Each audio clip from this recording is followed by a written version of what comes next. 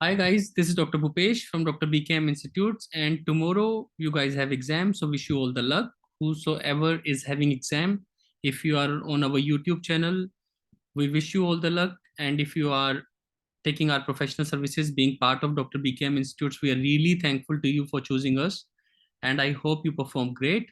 And please subscribe our channel if you have not. And this is Dr. Bhupesh once again, and we assure you for the best OET coaching and the best OET videos. So this is one of the sample letters that has been prepared by Pass OET, thanks to that particular institute who has created this question paper, and we are really thankful to them. But being Dr. BKM Institutes, we help you to resolve your doubts when it comes to writing and to speaking. I assure you that your doubts would be resolved if you will look at this carefully. So this is a kind of a letter which is, if you will write each and every word of this letter, that is why I am saying this is one of the best letters created. And normally I say it is one of the most complicated letters, but that is where OET fundamental is. The basic of OET is that you have to write and take everything lightly. So the most important thing when any letter like this, see the data, look at the data. You will be like, oh yaar, mere paper mein itna bada data aana tha. So if something like this comes, it can come to both doctors and nurses. This letter is a kind of a visit letter. So it can come to doctors and nurses both. So I just wanted to discuss this kind of a big letter. So first of all, again, I've always told you the most important thing you need to know is to whom you are writing the letter. So in this, where you get the information कि आप letter किसको लिख रहे हो, to whom you are writing the letter, you get it from here. So I'm just gonna put this thing. Using the information, write a referral letter to Dr. Ben Hens, the psychiatry registrar on duty at Marlborough Hospital. So he's a psychiatric registrar, he's a doctor.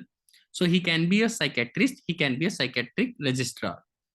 Anyhow, let's go forward. We will understand कि ये कौन सा doctor है. So doctor Ben Hinds है, मार्बोरा hospital पे on duty है. On duty तो मोस्ट प्रोबेबली ये साइकेट्रिस्ट ही होंगे. जो लास्ट विजिट होती है ना, this is the most important. Letter कितना मर्जी बड़ा आ जाए, इसकी जगह ये 4 पेज और ऐड कर दें, 4 पेजेस और ऐड कर दें, लेटर को और मुश्किल कर दें, I don't care.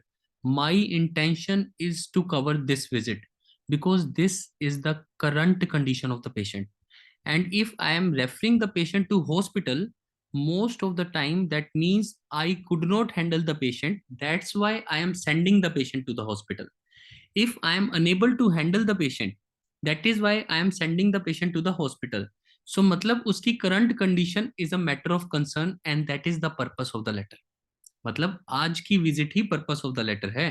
So patient was relatively settled for 3 days. 3/7 का मतलब होता है 3 days. So by chance if you get stuck with this information, I don't want you to get stuck. So I'm just gonna take the help of my pages which I normally open to help you. So 24/7 means 24 into 7 means,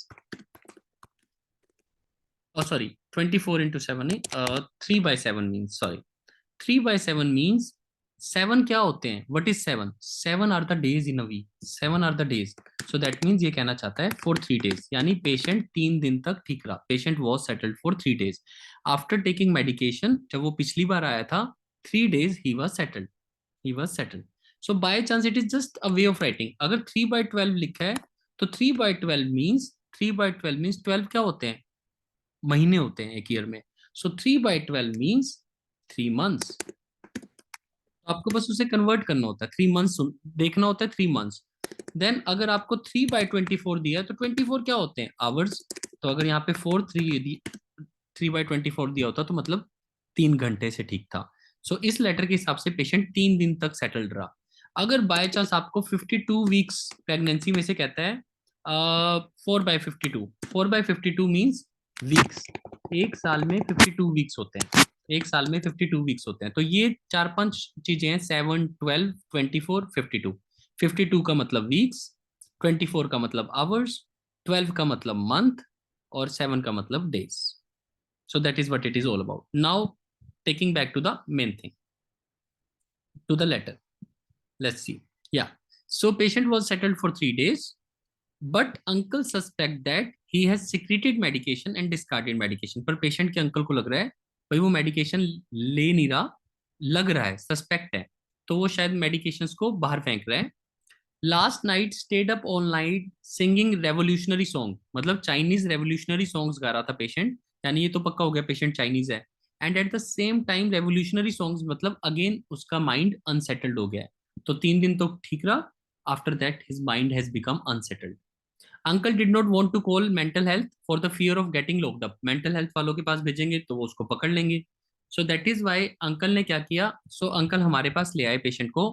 on examination हमें पता लगा patient elevated in mood है, pressured in speech है, loose in association है, मतलब हिला हुआ है पूरा, he is completely in a mess up, fixated on having to get rid of Australia all nuclear waste, Australia में जितना भी न्यूक्लियर वेस्ट है सब खत्म करना चाहता है कल तक। तो मतलब पेशेंट अजीब अजीब हेलुसिनेशंस हो रही हैं। believes he can draw power from Mao Zedong spirit to achieve this, किसी स्पिरिट किसी आत्मा की बात कर रहा है, that he can achieve power। Patient stripped naked in front of GP, आप हो नर्स तो आप कह रहे हो कि पेशेंट ने जीपी के साथ, अगर ये जीपी का लेटर होता, तो अगर ये डॉक्टर्स का लेटर होता तो यहाँ पे होता patient stripped naked in front of me, लेकिन आप नर्स हो, नर्स के हिसाब से ये लेटर है patient stripped naked in front of GP and try to hug him. तो इस पेशेंट की इस हालत को देख के लग रहा है कि patient is having acute maniac episode. Acute क्या मतलब एकदम एपिसोड एक्यूट मैनियक हो रहा है। Then when it comes to, I am just gonna switch off the camera because you know something has happened to electricity, so I am just gonna switch on the camera so that it doesn't trouble you. Then then चलो let it be on. So then the plan is, अब हमें patient हमारे पास आया है तो हमने क्या plan किया है, ऑफर्ड स्टेट क्वाटापीन डाइजापेम हमने दिया पेशेंट को, पर पेशेंट ने कहा I do not want to take medications.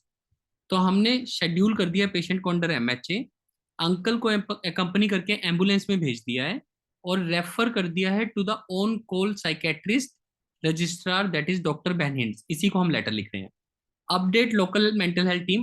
Up please, that is where OET is all about. Please try to understand this concept and you will never fail in OET in terms of data selection. Main thing क्या हो रही है, the main thing that is happening is Dr. Ben Hinds, ये letter का ये this is the complete case notes of the patient. We want only about the Ben Hinds, यानी ये जो सारा प्लान दे रखा है ना, आपको ये सब कुछ नहीं लिखना। डॉक्टर बेनहिंट्स कौन है, इनको हमने ऑन कॉल साइकेट्रिस्ट रजिस्ट्रार है, उनको बस हमने पेशेंट की ये करंट कंडीशन बतानी है एक्यूट मैनिक एपिसोड की। Now see how to write the first paragraph, बस इतना काफी है फर्स्ट पैराग्राफ के लिए। और एक एक रह गया हमारा कि लॉन्ग टर्म के केस में try to refer the patient to Chinese speaking psychiatrist, तो ये हम इन्हीं को साइकेट्रिक रजिस्ट्रार को बोल देंगे कि please doctor try to refer him to the Chinese speaking psychiatrist, क्योंकि ये चाइनीज ज्यादा समझता है ये पेशेंट। तो अब देखिए बिल्कुल सिंपल, अब देखो कितना मुश्किल लेटर है, सच में कितना मुश्किल लेटर है। बट अब आप देखना आपको क्या लिखना है, you have to make letter very easy. This letter is being written, OET का पेपर मत कहो कितना मुश्किल आया था, बहुत बहुत मुश्किल था, बहुत ज्यादा डाटा था। ये देखो आपको क्या लिखना है, this letter is being written regarding patient का नाम, पेशेंट का नाम I need patient's name, China से है मैंग, चलो रिगार्डिंग मिस्टर मैंग, सिंपल देखना, who has been assessed with acute maniac episode. और ये किस बेस पे हमने असेस किया, किस बेस पे हमने असेस किया, on the basis of his current signs and symptom. बस इतना सा लिखना है, कोई कोमा नहीं, कुछ नहीं, don't put any comma, nothing. So make it very simple. So this letter is being written regarding Mr. Mang, who has been assessed with acute manic episode on the basis of current signs and symptoms. Therefore, अब हम doctor बेनहिंट्स को कह रहे हैं, therefore he is being referred under your expertise on urgent basis. That's it, खत्म आपका OET letter का purpose. Last paragraph में सोचेंगे what to make difficult, how much to explain, but this is the main paragraph, first paragraph purpose. सिर्फ ये grammar है, has been के साथ थर्ड फॉर्म पैसिव वॉइस, हमारे द्वारा असेस किया गया। वहां पे वर्ड दिया था असेसमेंट, तो हमने भी वर्ड लिखा assessment, who has been assessed with. Therefore he is being referred under your expertise on urgent basis. इसके अलावा कुछ नहीं लिखना फर्स्ट पैराग्राफ में। Current signs and symptom, signs ये रे क्योंकि एग्जामिनेशन, सिम्टम्स ये रे, इनके बेसिस पे ही तो किया हमने, तो हमने लिख दिया। अब बस लेटर को जितना कम अब देखो लेटर को यहीं से अब कॉम्प्लिकेट नहीं करना, अब आसान करना है। जितना कम उठा सकते हो डाटा उतना बेटर है। जितना कम डाटा उठाओगे उतने सुखी रहोगे। You will feel comfort and ease. 21-year-old overseas student chef from China. He only speaks very basic English and sees you because you are a nurse. वैसे ये लेटर जीपी के लिए है, वैसे ये लेटर जीपी के लिए है, because you are a GP, पर हम आपको भी करवाते हैं, नर्सिस को भी करवाते हैं। वैसे ये डॉक्टर के लिए लेटर है, लेकिन आपको भी करवाते हैं ताकि आपको कोई प्रॉब्लम ना हो पास होने में। And sees you because you are a nurse from a Chinese background, क्योंकि आप चाइनीज बैकग्राउंड से हो इसलिए आपके पास आता है पेशेंट कंफर्ट जोन में। And speaks Mandarin, Mandarin is their language. Today की डेट है 7 मार्च, यानी पेशेंट सिर्फ 5 दिन पहले आया था, 5 days अगो। चीफ कंप्लेंट यूआरटीआई वगैरह के लिए आया था। तो तब हमें चीफ एक कंप्लेंट और सॉरी एक और चीज पता लगी कि इसको क्रोनिक इंसोम्निया है। कंप्लेंट ऑफ क्रोनिक इंसोम्निया आया था यूआरटीआई के लिए, बट उसने कहा मेरे को क्रोनिक इंसोम्निया भी चल रहा है डॉक्टर। तो observe to be elevated in mood, और लग भी रहा था कुछ कुछ हरकतें कर रहा था, ही वॉज डूइंग समथिंग, सो मेरे को भी लग रहा था टेंजेंशियल है। और ये क्वेश्चन मार्क का मतलब है शायद डिल्यूजनल भी था। डिल्यूजन का मतलब है वही हेलुसिनेशन टाइप वाली फीलिंग्स, कि वर्ड का न्यूक्लियर वेस्ट प्रॉब्लम खत्म करना चाहता हूँ। डॉक्टर से ऐसी बातें कर रहा था, I want to get rid of this waste. So doctor को समझ आ गई कि कुछ तो गड़बड़ है, there is something wrong with the patient. Nil obvious signs of organic syndromes, तो हमने कहा आपको माइल्ड वायरल फ्रेंजाइटिस है और मैनिया है, first episode of bipolar AD, मतलब disorder most probably BPAD. But by chance आपको फुल फॉर्म नहीं आती तो डू नॉट टेक पंगा, do not take risk, BPAD first episode of BPAD यही लिख दो। अगर आपको आता है तो दैट इज ग्रेट, अगर बीपीडी होता तो बायपोलर डिसऑर्डर था। But anyhow whatever the thing is, ये सबसे इंपॉर्टेंट चीज मैं बताना चाहता हूँ, क्वेश्चन मार्क। क्वेश्चन मार्क का मतलब है कि मानिया भी हो सकता है और फर्स्ट एपिसोड ऑफ बीपीएडी भी हो सकता है। तो हमने प्लान बनाया कि कोई यूआरटीआई के लिए कोई ट्रीटमेंट की जरूरत नहीं है, जस्ट रेस्ट करो और फ्लूइड लो, आप ठीक हो जाओगे। चीफ कंप्लेंट यूआरटीआई की थी। Referral made to local mental health team को हमने कहा अर्जेंट असेसमेंट करवाओ, पेशेंट में कुछ गड़बड़ है। तो हम नर्स हैं जीपी के पास, और अगर ये जीपी के लिए लेटर है तो हम डॉक्टर हैं, हमने मेंटल हेल्थ टीम वालों को कहा तुम इस पेशेंट को देखो।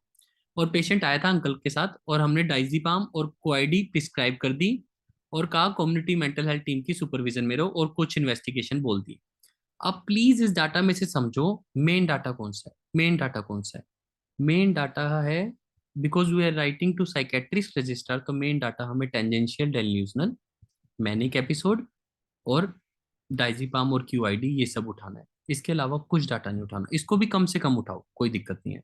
सो I am just gonna write it down for you. और सोशल हिस्ट्री में क्या है, 21-year-old स्टूडेंट है चाइना से, he only speaks basic English, और बेसिक इंग्लिश बोलता है और चाइनीज बैकग्राउंड से है। अब मैं अगर इसको सोशल हिस्ट्री मेडिकल हिस्ट्री का एक पैराग्राफ बनाता हूँ तो ये डिफिकल्ट हो जाएगा। तो जब मैं लास्ट में लिखूंगा कि please note he needs Chinese speaking psychiatrist for the long term, तब कह दूंगा as he is basically from China and knows only basic English. ये मैं लास्ट में लिख दूंगा अपना डाटा बचाने के लिए। अभी मुझे मेन चीज है कि इसको बाद में लिख देंगे, कोई बात नहीं, पहले ये लिखते हैं, ठीक है। तो ये मेन चीज है। तो अब ये देखते हैं कितना लिखना है मिस्टर मैंग। कम से come again presented was presented, make it very simple, presented, मुश्किल से मुश्किल लेटर, presented to us और ड्यू टू मतलब इस कारण से, ड्यू टू यूआरटीआई सिम्टम्स। अब देखो सबसे इंपॉर्टेंट, सबसे इजी, इसके साथ साथ उसने कंप्लेंट किया, along with that he complained of, तो सेकंड फॉर्म यार, पेशेंट ने अपने आप कंप्लेन किया, he complained of chronic insomnia on examination. सीधा मतलब बिल्कुल छोटे से छोटा, यहाँ पे ऑब्जर्व टू भी, हाँ ये तो एग्जामिनेशन में आ गया ना, ये भी एग्जामिनेशन में का है। अच्छा ये भी क्रोनिक इंसोम्निया भी चीफ, मतलब ये भी शायद ऑब्जर्वेशन में आया है, चलो कोई बात नहीं। तो हम ऐसा करते हैं, रिस्क नहीं लेते, कंप्लेंट ऑफ वर्ड नहीं लिखते, तो हम ऐसे लिख देते हैं जब भी आपको रिस्क लग रहा है, whenever you feel risk change that word.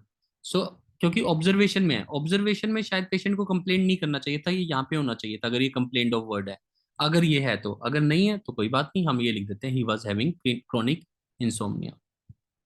Chronic insomnia था, और क्या था, सिर्फ छोटा सा फर्दर, ही वॉज ऑब्जर्व, हमारे द्वारा ऑब्जर्व किया गया, observe to be elevated in mood, बिल्कुल same same words, elevated in mood and he was tangential, he was tangential as well।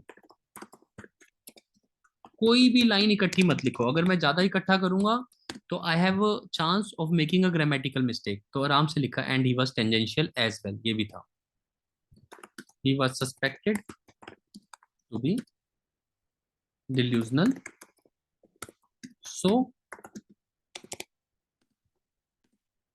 तो यहाँ पे डिल्यूजनल भी था, फिर उसके बाद असेसमेंट, सो ही वाज, अब दोबारा सस्पेक्टेड लिखूंगा तो अजीब लगेगा, क्वेश्चन मार्क है, सस्पेक्टेड लिखना पड़ेगा, तो that is where you can shuffle your words, so he was provisionally diagnosed with, ये सबसे important, the most important thing I want to teach you over here, he was suspected with either mania or first episode of BPAD। what I want to teach you in this is, अगर full form नहीं आती तो वही लिखो, second thing most important, when there is a question mark, when there is a question mark that means he can either have mania or he can be having this, so he was provisionally diagnosed either mania or this,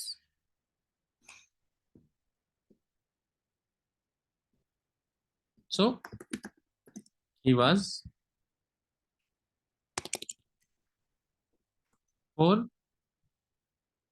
for that, this का that बन जाता है past में, for that मतलब इन सब चीजों, for that he was, क्योंकि there for मैं दोबारा यूज करूंगा, अभी तो यहाँ पे सो यूज किया है, तो वैसे तो देयर फॉर भी लिख सकता हूँ, पर देयर फॉर मैंने यहाँ पे भी यूज किया, so that is why I am trying to change the character, क्योंकि डिल्यूजनल था, प्रोविजनली डायग्नोज हुआ, for that he was prescribed diazepam and QOD, मतलब I just write what has been given, QOD, और क्या किया, and was referred to local community mental health for urgent assessment, and was referred to local community mental health team for urgent assessment। बस इससे ज्यादा मत लिखो, please do not write more than this,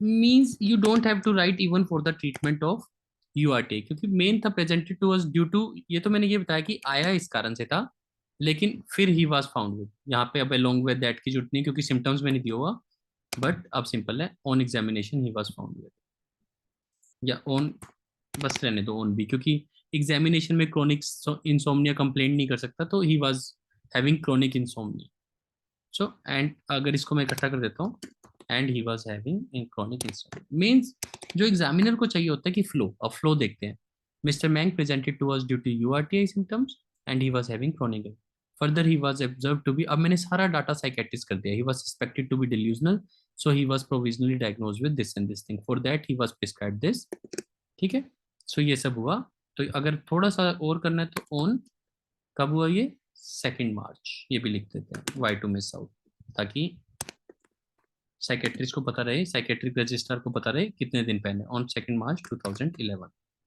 commas please अच्छे से note कर लो, that's it.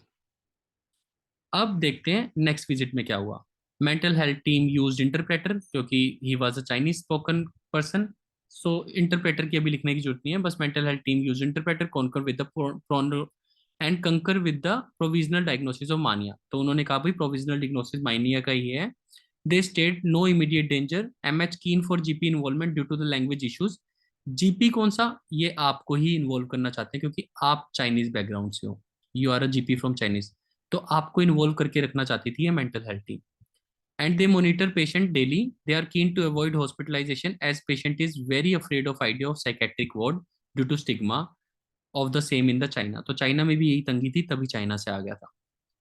तो means letter is very basic, कहानी है, एक स्टोरी है, दिस इज स्टोरी। सो अगर आप स्टोरी की तरह समझोगे तो आप मेन पॉइंट्स लिख पाओगे। Today patient uncle accompanied to GP, get some blood result, ये नो प्रोटीन ये सब हमें चाहिए नहीं। तो मेन बात ये है, मेंटल केस में, मेंटल स्टेट एग्जामिनेशन में, still tangential and delusional about the same thing but only mildly elevated since sleeping well. क्योंकि डाइजीपाम दी थी सोने के लिए, सोने लग गया, इस कारण से जो एलिवेशन थी, जो पहले वो बहुत एलिवेटेड था मूड में, अब कम हो गया है, माइल्डली हो गया है। तो प्लीज यहाँ पे माइल्डली एलिवेटेड का मतलब वो कम हो गया है। क्यों? क्योंकि वो सो पा रहा था। He was sleeping well by eating diazepam, so he was doing very fine. So ये कहानी चल रही है। सो कहानी की तरह समझोगे। सो एट दैट टाइम हमें क्या लगा, पेशेंट को क्या है, एट दैट टाइम हमें लगा नॉन ऑर्गेनिक मैन ही है। तो हमने क्वाटिपिन को 50 mg कर दिया और डाइजीपाम की डोज को डिक्रीज कर दिया। बस इतना सा हुआ, और तो कुछ नहीं है। मेन चीजें तो यही है, तो मेन चीज हम यही लिख देते हैं कि मेन चीज, अब ओवर सब कुछ नहीं लिख पाएंगे। So main main mental health की बातें, इंटरप्रेटर जरूरी नहीं है क्योंकि अभी तक हमने बताया नहीं चाइना से। अगर यहाँ पे आपने इंटरप्रेटर वर्ड लिख दिया तो आपको पहले बताना चाहिए था पेशेंट चाइना से है, इसलिए मैं इंटरप्रेटर वर्ड को यूज नहीं कर रहा। प्रोविजनल डायग्नोसिस ऑफ मानिया को यूज कर रहा हूँ। और ये सब बात कहानी नहीं बताऊंगा, और ये बता दूंगा कि ही वॉज स्टिल टेंजेंशियल और डाइजीपाम के बाद थोड़ा बेटर हो गया था। चलिए वापिस चलते हैं अपनी स्टोरी पे। सो और ये कब हुआ, सेकंड के बाद थर्ड को। तो बेस्ट मेथड लिखने का थर्ड के बारे में, द फॉलोइंग डे। बेस्ट, अगर सेकंड के बाद थर्ड आ रहा है मतलब the following day, the next day. The next day, I hope it is visible to everyone. Chat box में प्लीज यस लिख दो if it is visible to everyone of you, just a yes would do.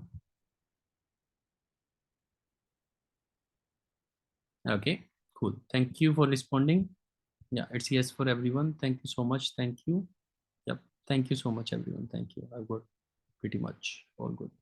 So the following day, he, अब देखो same word पकड़ो, he was still tangential। still का मतलब उस दिन भी था, still का मतलब तब भी। so यहाँ पे भी वर्ड आपको दिया हुआ है, he was still tangential and delusional। तो please he was still tangential and delusional ऐसा मत लिखो अबाउट सेम थिंग। अगर वो लिखोगे फिर थीम लिखनी पड़ेगी यहाँ पे, कि यहाँ पे लिखना पड़ेगा delusional regarding removal of nuclear waste from Australia. फिर आपको ये सब कुछ लिखना पड़ेगा। मतलब please try to arrange your letter. So अगर आप ये लिखते हो, वर्ड काउंट बढ़ता है, अगर लिख भी देते हो अच्छी बात है, regarding removal of nuclear waste from Australia. अगर आप ये लिख देते हो तो फिर यहाँ पे भी लिखना पड़ेगा अबाउट सेम थिंग। फिर आप लिख सकते हो अबाउट सेम थिंग, मतलब सेम थिंग था कि न्यूक्लियर वेस्ट को हटा दूंगा मैं यहाँ से। ठीक है, ये सब कहानी लिखने की कोई जरूरत नहीं, यहाँ पे आपका डाटा सारा बच जाएगा। So same thing, he was. अब ये वर्ड आप अपने अपने आप अगर लिखना चाहते हो, ही वाज, ये मैं लिखना चाहता हूँ, he was comparatively less agitated या less elevated. He was comparatively less elevated in mood. क्यों? क्योंकि क्योंकि एज ही वाज, मैं अपनी लैंग्वेज में लिखता हूँ, क्योंकि वो अच्छे से सो रहा था, past continuous, as he was sleeping well after taking diazepam. फिर उसके बाद क्या किया, एट दैट टाइम यानी कि उस दिन, यानी कि थर्ड को, he was assessed with non organic. अब देखो मैंने क्या किया, बस डाटा छोड़ दिया। जैसे ही मैं डाटा छोड़ता हूँ ना, मतलब वर्ड काउंट भी कंट्रोल में आ जाता है और गलती के चांसेस भी खत्म हो जाते हैं। नॉन ऑर्गेनिक मानिया, this is a connector for which, जिसके लिए क्या किया, फॉर विच, फॉर विच हमने क्या किया, क्वाटिपिन दी थी, फॉर विच हमने क्या दिया, commenced on quetiapine 50 mg BD and diazepam की डोज को कम कर दिया। पहले डाइजीपाम कितना ले रहा था, कुछ दिया था वैसे डाइजीपाम, डाइजीपाम डोज यहाँ पे दी होगी in the plan 10 mg। Q I D मतलब 4 टाइम्स अ डे, तो उसको हमने 2 टाइम्स कर दिया। ठीक है, अब हम 4 टाइम्स अ डे और 2 टाइम्स लिख नहीं रहे, अगर लिखोगे तो फिर ये भी लिख देना, ये तो फॉर विच क्वाटिपिन, पहले क्या थी, diazepam and which other medication was there, diazepam क्यों, अच्छा क्वाटिपिन तो थी नहीं, डाइजीपाम थी सिर्फ, क्यूआईडी 4 times a day। अब क्वाटिपिन 50 mg, for which quatipine 50 mg was commenced, and diazepam, आप please please note the word, dosage नहीं कह सकते क्योंकि डोसेज तो आप अभी भी 10 mg दे रहे हो, तब भी 10 mg थी, एंड डाइजीपाम फ्रीक्वेंसी, ये वर्ड अगर आप सीख सकते हो तो it can change your life, means अच्छा वर्ड है, अगर नहीं लिखोगे तो कोई बात नहीं। एंड डाइजीपाम वॉज डिक्रीज, हमारे द्वारा कर दी गई, diazepam was decrease to 2 times a day, कम कर दी बस, या फिर twice a day, diazepam was decrease to twice a day, खत्म, this paragraph is also over, खत्म, ये भी बात खत्म होगी, देखो कितना आसान हो गया, बिल्कुल हम उस पे आ गए हैं। अब टुडे, सिर्फ टुडे रह गया, मतलब please make your letter as easy as possible, वही लिखो, today the patient has presented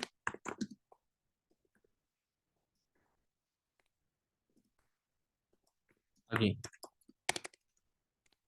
with his uncle, तो अंकल को भी इंट्रोड्यूस कर देते हैं, हु सस्पेक्ट्स, जिसको लगता है, that he has been missing his medications या डिस्कार्डिंग हिज मेडिकेशंस, जो भी वर्ड वहां पे दिया आराम से वहां से उठाओ, कि वो शायद पेशेंट बिल्कुल सिंपल वे में कि वो अपनी मेडिकेशन मिस कर रहा है, नहीं ले रहा, ठीक है।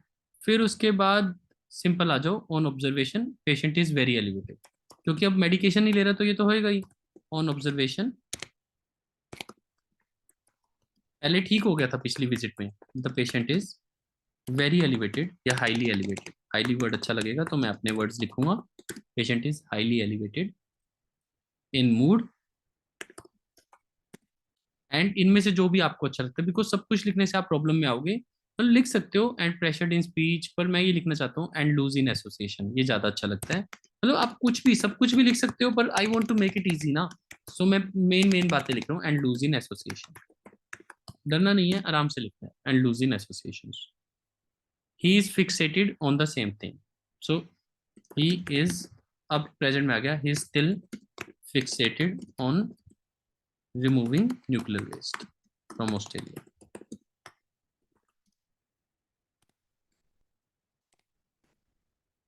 Therefore, he has been assessed, आपने ये अब यही वही लाइन आ गई, therefore he has been assessed with, ये वाली, तो इसको थोड़ा सा चेंज करते हैं, देखना कितना अच्छा हो जाएगा, therefore assessment of, ये दूसरा, it is the same way of writing, मतलब it is a different way of writing the same thing, assessment acute manic, therefore assessment of same acute maniac episode has been made, मतलब जो भी बीमारी का नाम होगा उसको इस ब्लैंक में डाल देना, तो आपको सेम चीज को अलग अलग तरीके से लिख पाओगे, यानी therefore he has been assessed को you would be able to write in 2 ways by doing this, बस उसको इतना लिख देना, assessment of dash has been made, यहाँ पे लिखा he has been assessed with, इस इस बीमारी को, डिजीज को यहाँ पे लिखना, बाकी assessment of this has been made, for which he requires your urgent assessment. Please note, अब मेन बात, थोड़ी सी बात है, he has refused to take medications, अभी रिफ्यूज कर दिया, मेडिकेशन ऑफर की थी, so he has refused to take medications, and अब डॉक्टर को कहना है, बैन हिंट्स को, and it would be greatly appreciated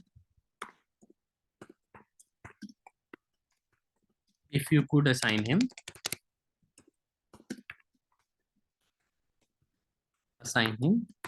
Chinese speaking psychiatrist, because he is basically from, as he is basically from China, and speaks China का सी बड़ा, हर country का सी बड़ा, and speaks only basic English. ये हमने last में लिख दिया, इंग्लिश का ई बड़ा. बस. Should you require further information feel free to contact. अब देखते हैं हमारा वर्ड काउंट. वर्ड काउंट अगर आप काउंट करोगे सो 1 2 3 4 5 6 7 8 9 10 11 12 13 14 15, so around 15 words. 35. You never write these words in paper. I'm just doing it for your convenience. Please never write this. 1 2 3 4 5. 5 into 15, 75, must be around 80. 45 must be around 50, 3.5 lines. 1 2 3 4 5 6 7. 7 into 15 should be around, no, 15 into 7 should be around 7 5 85. सो इतना data कम, आप समझो OET क्या है. इतना data कम करके भी आपके word count देखो 85, यानी 90 प्लस 30 120, 120 प्लस 80 200, 250 वर्ड्स, और अलाउड है 180 टू 200 वर्ड्स. यानी अभी भी ये लेटर ज्यादा है. यानी मैं क्या लिख सकता हूँ, मिस्टर प्रेजेंटेड टू अस. अगर मैं इसमें क्या कम करूँ, क्या कम कर सकता हूँ, यही वाली लाइन है रिगार्डिंग रिमूवल वेस्ट. इसको हटा के देखते हैं. सो वर्ड कम ऑलमोस्ट 6-7 वर्ड्स यहाँ पे कम हुए. अबाउट सेम थिंग यहाँ पे कम हुए. न्यूक्लियर वेस्ट इन ऑस्ट्रेलिया यहाँ पे कम हुए. यानी अगर 15 मैंने एक गिनी थी तो 30 वर्ड्स कम हो गए. 220 तक चल जाएगा. लेकिन फिर भी अगर और कुछ कम करना चाहते हो तो आप क्या कर सकते हो, इसमें और कुछ कम करने लायक मिल नहीं. Diazepam was decrease to 2 times, ये जरूरी नहीं था. क्वार्टरपीन वाज कमेंस, ये काफी था. बस मेन थी, एक और दवाई ऐड कर दी. Today the patient has presented again with his uncle who suspect he has been missing on observation is bus. अब आपके वर्ड काउंट पूरे कंट्रोल. मतलब इतना सा होता है ओईटी का लेटर, बस इतना सा आपको लिखना होता है. So means the easier things, अभी तो हमने मुश्किल चीजें लिखी नहीं जो हमें बिल्कुल नहीं लिखनी थी. So the easier you write the better it is. So this letter is one of the toughest letters I always say, but it is again easy. So please try to do this letter in the best possible way and you surely will pass OET. बस अगर सोचो क्या होता है discharge back later. Discharge back later is nothing. तो expected exam ऐसा, अगर इस या तो ऐसा आएगा, और अगर डिस्चार्ज बैक लेटर आता है तो प्लीज समझो बस यहाँ पे डिस्चार्ज बैक का मतलब क्या होता है. मैं GP, I would have been GP, psychiatrist के पास भेजता, साइकेट्रिस्ट मेडिकेशन देता और ठीक करके मेरे पास वापस भेज देता. तो when patient is coming back to me, मैंने साइकेट्रिस्ट को भेजा था, साइकेट्रिस्ट ने मेरे को वापस भेज दिया. तो मैंने साइकेट्रिस्ट को रेफर किया था, उसने रेफर्ड बैक कर दिया. अगर कुछ ऐसा आता है तो कोई फर्क नहीं पड़ता दिस लेटर. तो अब आप होगे साइकेट्रिस्ट के नर्स, आप होगे साइकेट्रिस्ट, और डॉक्टर्स के केस में आप होगे साइकेट्रिस्ट.